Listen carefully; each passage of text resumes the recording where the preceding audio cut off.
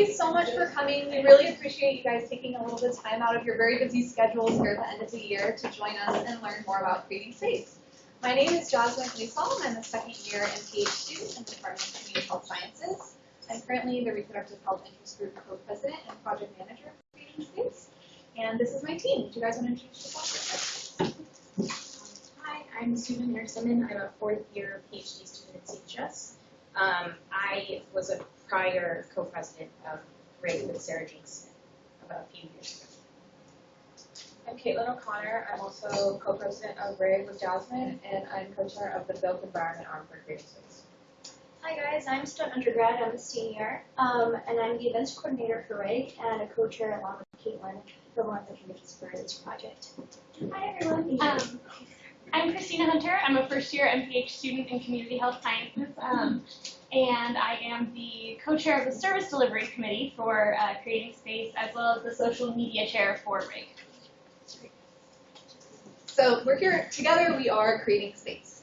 So the mission of Creating Space is to provide better support for breastfeeding mothers on campus by focusing on lactation accommodation, support, and services that exist for these students, both parenting students and staff members. This was actually a viral Facebook photo that went viral from Jackie Sharkey showing her breastfeeding during her graduation. And this is the reality we would like to have at UCLA, where mothers feel comfortable to do this, both staff and students. So I'm just going to give a short story of how this project actually came about. So we've actually worked with mothers of color academia at the UCLA, and their acronym is MOCA.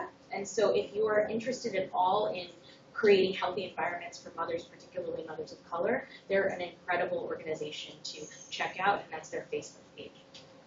So to begin, the story really came out of having kind of this anecdotal, these informal conversations with mothers, faculty, and particularly graduate students. And many of them talked about how there was this huge transition. When you're in graduate school and then you leave to have a child, you then have to transition back. So it's like a secondary transition that you make coming back to graduate school. And there are all of these pieces that you don't think about prior to leaving that you then have to reconcile when you come back. One of them particularly is breastfeeding. And many of the women that we talked to informally wanted to breastfeed for up to the recommended amount that the American Pediatric Association recommends. But they were really unable to, and a lot of that was due to not being able to find safe and hygienic places to breastfeed. And many of them who were TAs talked about not having enough time between their classes or their obligations to pump. And that became a really, really, it was not only annoying, and it was not only difficult for them, but it also became painful at certain points. And they had health complications due to it.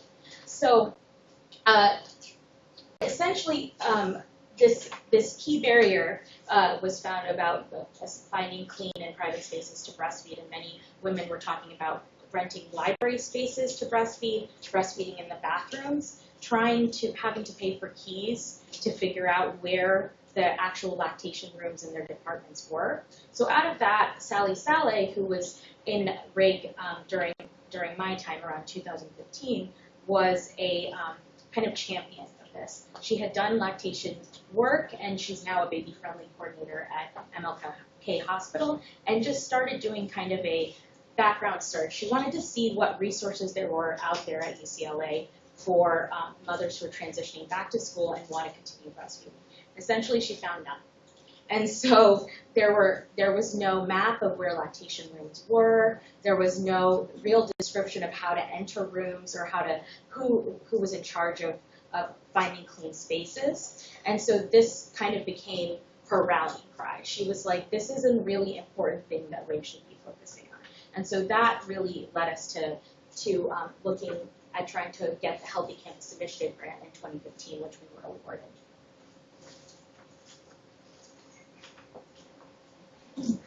So as Suba went over, clearly at UCLA we have some issues to get our campus up to breastfeeding friendly recommendations. To understand the problem, though, we first have to understand what we're going for. What is the goal? both the Surgeon General and the American Academy of Pediatrics have recommended that breastfeeding should be done from birth exclusively for 6 months, and then complementary feeding for the next 6 months up to 1 year and as long as mother and infant desire. We've seen countless studies on this, that breastfeeding is not only good for long-term health effects of both mother and child, but also for the emotional bonding and dealing with issues such as postpartum stress, which can become even more acute when you re-enter the workforce after your pregnancy. So as Sue was saying, we took on this formative research, and I actually also took a qualitative methods class last year through CHS in 2016. Highly recommend if anyone still has time. And I actually adopted the MOCA mothers as my study subjects to research and observe what they were going through. And so during the year, they had a lot of rallying cries and organization during the 2014 year, and this is one of the pictures that we took from their rallies. So I went and I observed there what was happening, why were they angry, what they feel like they weren't getting, and what culture had they built. We also did, like Suda said, key informant interviews with the MOCA mothers and with staff. We did referrals to administrators. We started figuring out that UCLA is a pretty complicated bureaucratic system, and we needed to get referrals to move up the chain of command to get to people who actually can make decisions. And finally, Sally provided a lot of background knowledge on these breastfeeding recommendations. So from this initial research, we came down with 5 major problems that we think exist at UCLA. First, that there is an increased burden for low-income and minority mothers.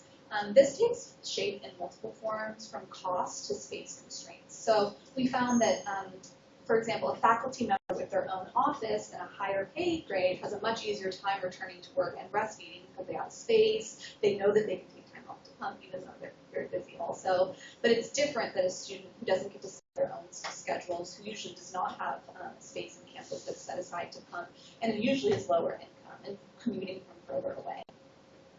So second, UCLA policy is not enforced, and policy alone is not sufficient to protect mothers' rights. So through this kind of extreme searching, we did it for about a year. It was really hard to find this information on UCLA websites. But we did find one policy on the Human Resources website for UCLA staff only that mandated that rooms should be within a 5 to 7 walking minute distance of being on campus, and women should have access to rooms and time to pump whenever they need, basically.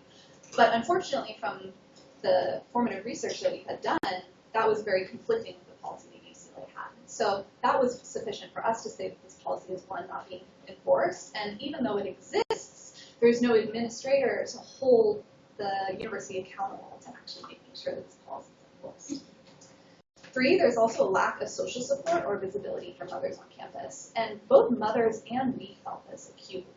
As we started this project in the beginning, when we started asking administrators about this, all of us got shut down. Like, this issue isn't important. We don't see parenting students.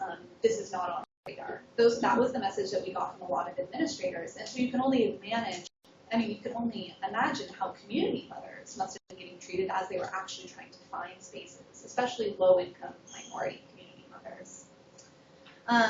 4, that the UCLA built environment is not breastfeeding friendly. We do not have sufficient spaces. They are not clean enough, and they are not accessible.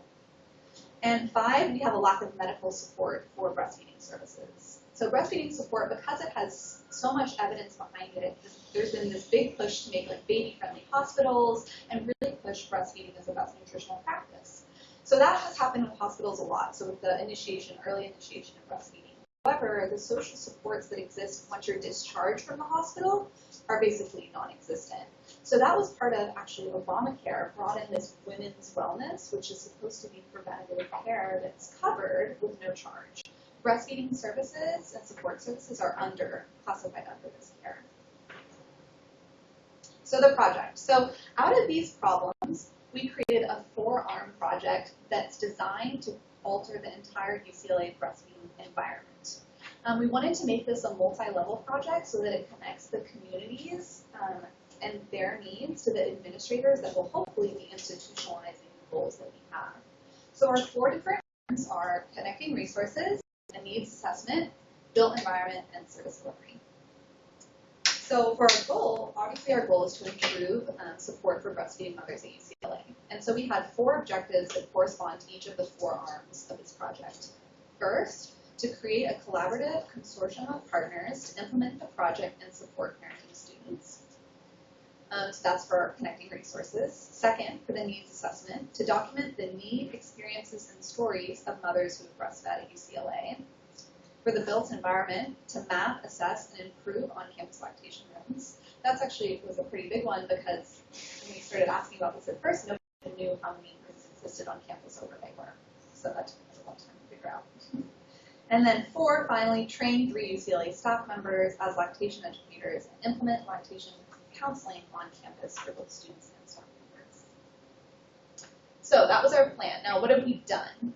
In terms of connecting resources, we've actually really successfully built a very strong consortium of partners that is now implementing this project. Of course, our founding partner and our community partner, which really has to be credited with the entire grassroots advocacy portion of this movement, is the MOCA Mothers. And they've also been community partners on this research with us. Their role has been very important in this project. There's also the Reproductive Health Interest Group, which has been a major funder, and the Healthy Campus Initiative, Be Well Pod, which has also been a major funder and supporter of this project. Other implementing partners include the Ashton Health and Wellness Center, the UCLA Center on Education and Health Education and Promotion, thank you. And the Bruin Resource Center, Students with Dependents. We're also starting to work with the Title IX office and with some other campus partners as we're moving into new goals for the next year. Okay. Oh, and now we're on the needs assessment. So why do we need a needs assessment? First, there's no data on this at UCLA. It's the first question we always get asked, well, how many people need these services? And I always say, well, UCLA doesn't collect this data, so it's actually impossible for us to find that out. We do know that there's an estimated 100 to 200 students who give birth at Ronald Reagan each year, but we do not know the number of staff members that give birth each year, and we do not know the number of students who give birth outside of Ronald Reagan. There's no type of data source for breastfeeding at UCLA surveillance data on that. But using population pregnancy estimates and breastfeeding rates, we could estimate that about 1,000 people might need these services a year, including students and staff. Second, there's also really limited research that exists in the larger evidence base of how to bring university campuses up to lactation code. University campuses have actually been kind of this rift where things have fallen through, a crack that's kind of fallen through in the legal enforcement. Because legally, employers, it's pretty heavily enforced among employers, but it hasn't extended so much to universities and to students. So we want to improve the experiences and information on that. So our goal is to capture the needs and experience of mothers who have breastfed and pumped at UCLA, both students, staff, minority, and majority persons. Our research questions were, how do mothers at UCLA experience breastfeeding on campus? What services and supports have UCLA mothers used? How could these be improved? Has mothers' breastfeeding experience at UCLA impacted their professional or educational pursuits, their health? If so, how? Did mothers encounter barriers when breastfeeding and pumping on campus, and what were they? And finally, how many mothers are in need of breastfeeding services or lactation support on campus? To do this initial needs assessment, it's an exploratory study where we're trying to generate hypotheses about what's happening on UCLA campus. And we took a mixed methods cross-sectional design to get both breadth and depth of our data. We're releasing a survey online through all of our partners so that we can reach as many women as possible who have breastfed at any time on UCLA campus while they were affiliated with students, staff, faculty, whoever. And then we're also holding 2 focus group discussions to capture the larger narrative around why breastfeeding support is so important.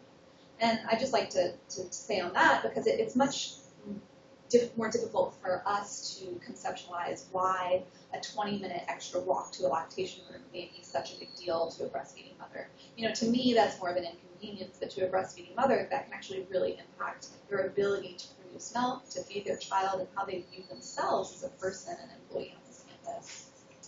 So our progress so far, we have pre-tested this study with 7 different community partners and done a mock focus group discussion. We have the study IRB approved, and currently it's underway. We have focus groups that will be happening the last week of May, first week of June. So if you guys know anyone that's interested, just email us too. We'll send you the info. Okay. Oh yeah, and so our future directions, we want to increase the evidence on breastfeeding in the university setting. We want to propose a larger cross-campus cohort study to compare with something from like our model schools to what people at UCLA are experiencing. And then we'd also like to obviously use this data to prompt the administration to provide further resources for this support. Okay, so I'm going to talk a little bit about the built environment arm of this project. So built environment has kind of two main focus. The first one to be increasing the quality and accessibility of existing lactation rooms on campus with the eventual goal of increasing the number of lactation rooms on campus. So kind of the problem that we encountered, or problems I should say, the lactation map that we were able to find was really outdated. A lot of the rooms were incorrectly identified. A lot of the rooms weren't on there because they were kind of informal spaces. And then even just trying to find out, like Jasmine said, nobody knew how many rooms were on campus. Nobody really knew who we could refer women to or who we could talk to about booking a room. It's just a very decentralized process. So we kind of arose with this need for a better inclusive map of including all the formal and informal spaces on campus, and including the walking distances between each rooms because I believe Jasmine mentioned the policy is to have rooms within a 5 to 10 minute walking distance from each other. And also to kind of standardize the booking protocol when someone needs to use a room. So the objectives for this project were to identify and assess the rooms that are on campus currently. This wasn't easy to do for the reasons I just listed, and then to create the digital map that included the walking catchments, and then to improve and renovate the rooms based on the assessment data that we got. So for the mapping, the methods were key informant interviews with stakeholders, to kind of figure out, where the informal rooms were, where the newer formal rooms were, adding in those previously unidentified spaces, and then partnering with Healthy Campus Initiative and UCLA Transportation to get that map in progress. And then for the assessment, we had a really comprehensive 121 question survey to kind of assess the rooms, and that included things like accessibility, privacy, cleanliness, appropriateness of the rooms, the community identified needs that MOCA gave us, and the American Institute of Architecture standards on what a lactation room should have. Each room was assessed at least twice by 3 different people to kind of triangulate our data and get standardized responses. And then the data gleaned from these assessments is what we'll use when we make our recommendations to HCI, what to do with the grant money next year. So this is kind of, I don't know if you guys can, it's a little contrast, but I don't know if you can see, this is just some of the data that we found when we did our assessments. So you can see some of the key takeaways were like accessibility of the rooms really varied from the room being completely inaccessible, we couldn't get in, to rooms just completely open where anyone could walk in. And again, like some doors had locks, some doors had locks but no way for the occupant to lock it. Like I said, some rooms didn't even have a door. The signage was also really inconsistent. Some of the rooms were labeled as a lactation space, some said bathroom, some said storage closet, some didn't have any indication at all that it was a lactation room. And almost none of the buildings had, like if you walk into the building, there was no arrows or signs pointing like the lactation space is this way. So you can imagine how confusing that would be for someone trying to find a room. The levels of comfort and amenities in the rooms really varied. Most of the rooms you can see, so this, right, not tall, that's number of chairs. So almost all the rooms, above 90% had chairs. But then chairs with a workstation, you can see it's like less than 10%. And a lot of the chairs too were not like adjustable, they weren't ergonomic, they were just, maybe like a chair like you guys are sitting in. A lot of the rooms were really dirty, the floors hadn't been cleaned in quite some time. There was like crumbs, there was no regular cleaning schedule posted, and there was definitely no regular cleaning happening in a lot of the rooms. Really none of the rooms were appropriate for preparation of food, which is another one of the American Institute of Architecture standards. And then some of the rooms, they had a work surface, but it might have been like child size, or it was a very obviously use like storage space, like there was other things being kept in the room. So it was really kind of across the board as far as like comfort, amenities, accessibility, all of those things. Talk a little bit. Perfect. So you've all heard about how the rooms are, how inappropriate they are. I'm actually going to go ahead and show you what they actually look like, so you have a picture of them. And so, like Caitlin was saying, a lot of these rooms are not functioning up to code. So you do have one, like the one up there, it's in Murphy. But again, you have 3 here that are definitely not. And so, although this is a problem on its own, thank you. Then it also creates a burden for the rooms that are actually functioning, because then mothers tend to go to those. And so, for instance, when a lactation room is down, like for instance, you see this one or that one where it's literally 2 bathrooms and you just have desks. So how is a lactate, or how is a mother going to be breastfeeding in those situations? And so it creates a burden for the rooms that are functioning, because then we have instances where 40 mothers are trying to lactate in 3 rooms. And so, I mean, it's a little sad. Okay, another finding is that there was inconsistent or inappropriate amenities. So, for instance, so you can see there's a few educational materials or pictures of babies, or community boards, which are meant to be interactive. So it actually allows mothers to post pictures of their own children, and so it engages a community, and also just bonds the community a little bit stronger as well.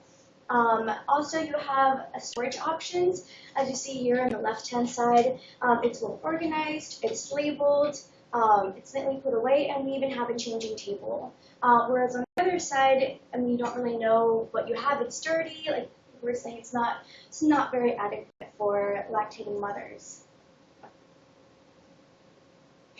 Perfect. Okay, another finding is, which is probably our biggest one, is our signage issues. So this is practically what contributes most of the factor when it comes to making rooms accessible. As you all know here, most of you are grad students, just simply the rooms here in CHS are sometimes impossible to find. So just imagine having to walk from class to class, having to pump and not really knowing where all these rooms are at. So it's really an issue. And then you also have just the issue of the doors themselves. Some of the doors actually just prop open. Some of the doors have key locks or access codes in different departments. And so it's impossible to even access the rooms while you're inside the building itself.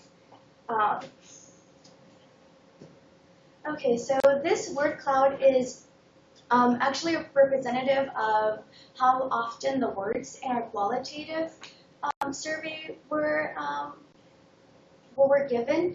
And so you can see, for instance, I just want to point out here how contrasting these experiences are. You have people from gain access, and then immediately, then you jump to frustrated, then easy, then difficult, and then you even get lost up there.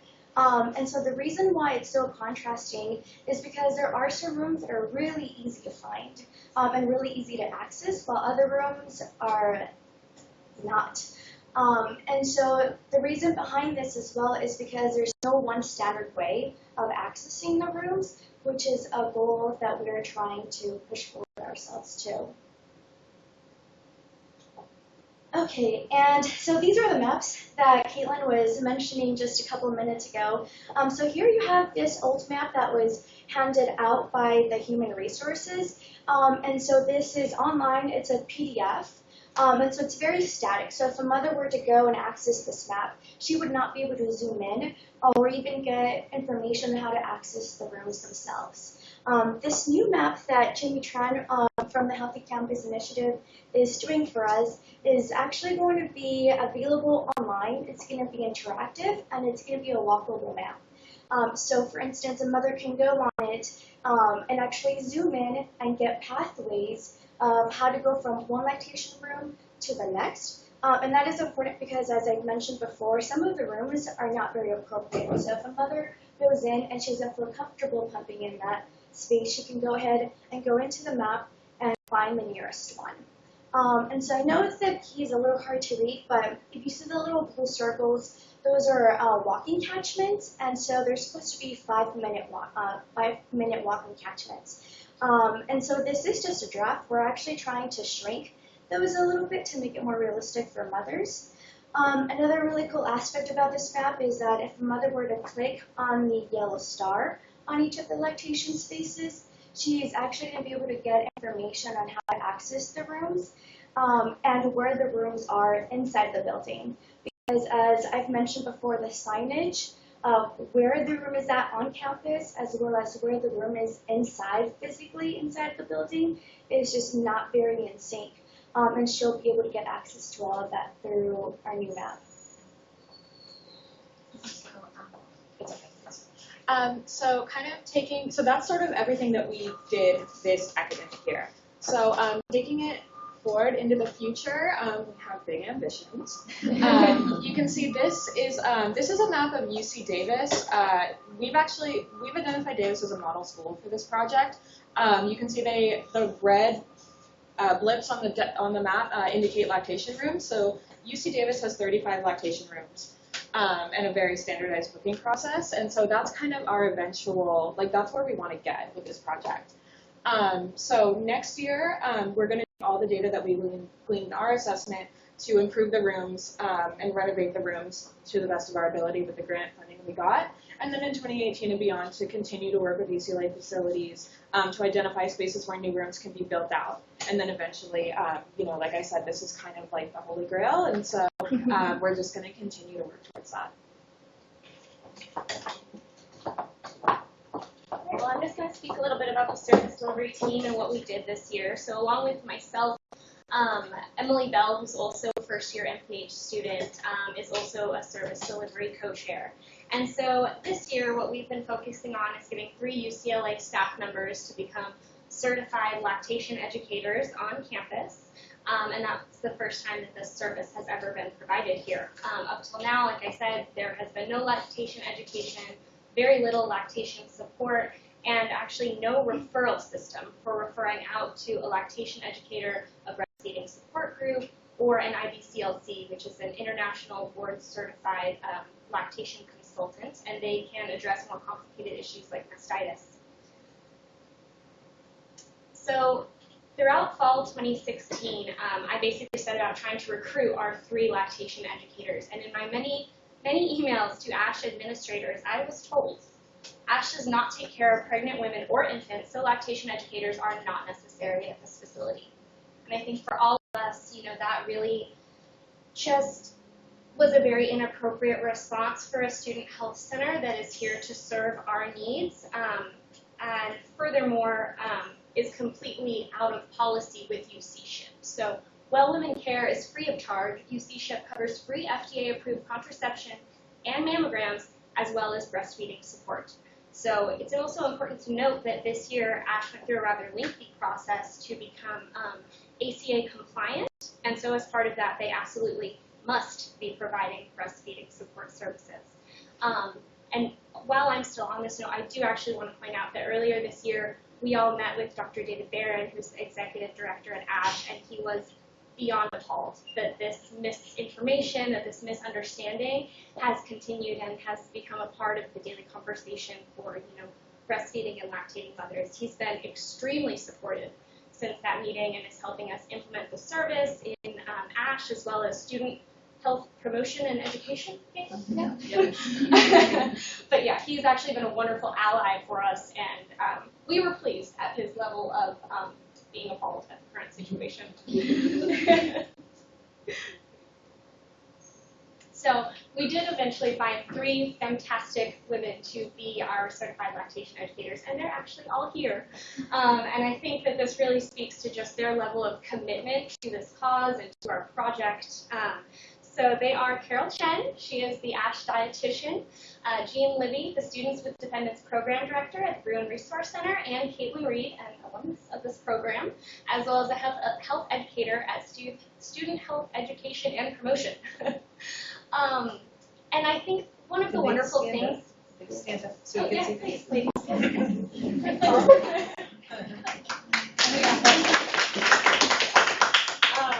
One of the wonderful things about the 3 of them is that they all work in unique departments, and so we're actually able to serve different facets of students' lactation needs using their service. And so currently, Caitlin is available for Carol is available for clinical appointments in ASH. Caitlin has begun offering drop-in office hours where you can come for lactation education and support. Jean is using some of her existing office hours time to offer the same support. And we're really excited that Caitlin and Jean are planning UCLA's first lactation education workshop that's going to take place on June 1st in University Village. Shameless plug, if you know anyone who wants to go. So one thing, Emily and I are actually working on this project as an independent study right now. And as part of that, we really felt that to provide comprehensive lactation support on campus, there needs to be a referral system, and there hasn't. And so we developed this, very simple referral chart with the help of ASH, our lactation educators, as well as community resources, Breastfeed LA, and WIC. And so we really want to use this to help ASH better serve this population of breastfeeding parents. And so we're planning to send this to Dr. David Barron, along with a detailed description of the service that our lactation educators are providing, and a list of community IBCLCs, because that is still, I won't go into that challenge right now, but that is still a consistent challenge, is when a mom needs to see an IBCLC for a more complicated issue. This is also meant to empower students to know what your options are. And moving forward, we will be working with Talia Stoll, who is the graduate representative for SHAC, to try to better empower student mothers so that, the university does support them, but they also know what their rights are. All right, so finally, as part of the service implementation, we are developing a service evaluation questionnaire, and we recently finished pre-testing it with staff and student moms on campus, and we're going to work on finalizing that questionnaire. And really, this is important to us because we want to be able to analyze and disseminate the results from this so that we can really see who's the true population seeking lactation services at UCLA. These questionnaires, the evaluation responses will help us to continually improve this service, as well as help us to advocate for improvements to ASH. Having an IBCLC contracted with ASH is sort of like a long-term goal that we would really love to see, but we also have to show them that the population is there. And so, we're really hoping that our evaluation can do that. And finally, we just want to share with you our vision for UCLA moving forward, and really just what our big goals are. And I think I'm proud to say I think they are attainable. So to understand our vision, we're not going to have time. We wanted to show you guys, UC Davis has this really wonderful video that I would encourage you all, you just YouTube UC Davis breastfeeding, and they have this really wonderful video that really gives an idea of what we're going for here at UCLA. We would really like to emulate that. And so these are our 6 model schools: UC Davis, UC Irvine, UC Merced, UC Berkeley, Michigan State, and Arizona State. And these schools have 5 things that UCLA does not. They have an appropriate legal accommodation code for legal lactation accommodation code for both students and staff separately, and it's enforced. The lactation rooms that they have are easily findable and accessible for the population in need. There's information online. So when you search UC Davis breastfeeding, something actually comes up, like a web page. When you Google UCLA breastfeeding, nothing comes up, except this HR policy sometimes, but not all the time. They also have services, or if they don't offer services, they offer referrals to community services, and they offer support for low-income students, such as helping to subsidize the purchase of pumps, or the purchase of supplies, or get students low-income or minority students extra educational supports. So those are the things that we would like to have here that we see in our model schools. So again, just encourage you to check out that video if you are interested. Yeah, and just, my few last points are really, when we think about policies, accommodations, referral services, and really the lack thereof that there has been at UCLA, I think it's important to keep in mind that this has been an entrenched system at UCLA for a long time, where the onus is placed on the mom to find her own accommodation, as opposed to the university actively working to support its students. And I think it's possible for us to change that, but I think we have to be very realistic about the fact that this involves a culture change that puts a greater value on breastfeeding support, accommodations, and generally breastfeeding-friendly policies. And I do believe that our work, the work of our partners like the MOCA mothers, as well as the work of the lactation educators, is the beginning of that culture change, but there's still a very long way to go. And as we move forward, we're really going to be working to institutionalize this project because I think that's how we're going to see lasting change come about. So next year, myself and Emily Bell will be the new project managers for this, and we have, as I think Caitlin and Jasmine both alluded to, lofty goals, but I think they're possible. So we will complete the needs assessment and disseminate the results to our campus partners and administrators. We'd like to publish the exploratory data to further develop the evidence base on breastfeeding mothers on campus. We're going to renovate existing rooms using the money we have from HCI and using the questionnaire to inform those renovations. And we will also continue to advocate for new rooms, especially on North Campus. We will continue to collaborate with Title IX and Breastfeed LA to develop more appropriate breastfeeding and lactation policies on campus. And we would like to develop a breastfeeding students toolkit to ease the transition back to school for student parents. And finally, we'll continue to develop strong community relationships and work to institutionalize campus support for breastfeeding mothers. Thank you, and thank you all so much for coming. If any of you are interested in getting involved with creating a space, we would love to have you. It's been a lot of work, but it's been one of the most rewarding projects I've ever worked on. So just thank you again for coming today.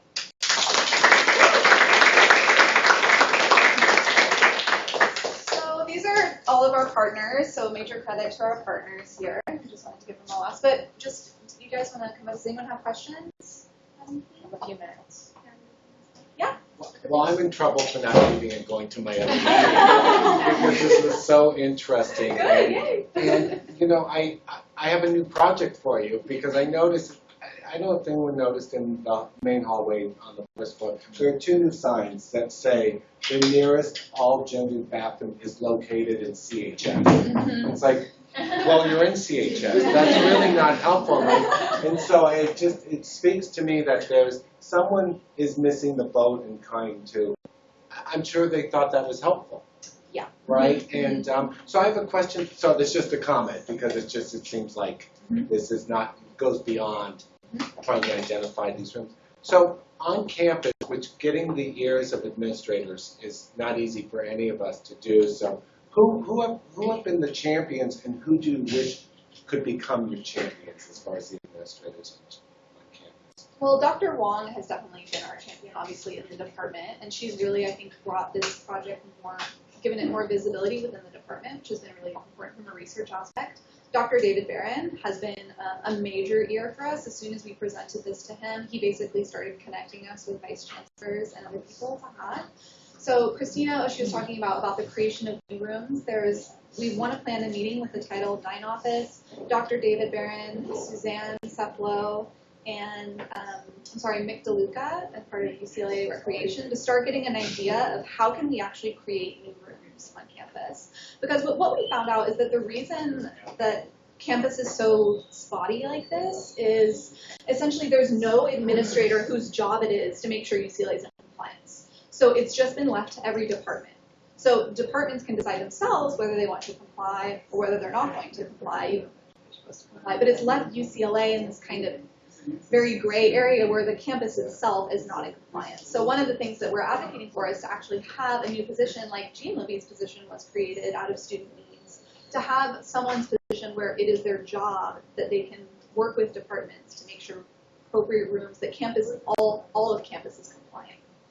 I'd also like to point out, I think since we brought Jessica on and have been bringing up her, she's the interim Title IX coordinator. Title IX has been a great champion. She's sat in on Breastfeed in LA calls with me, and it's just been wonderful to see this being institutionalized through your department as well.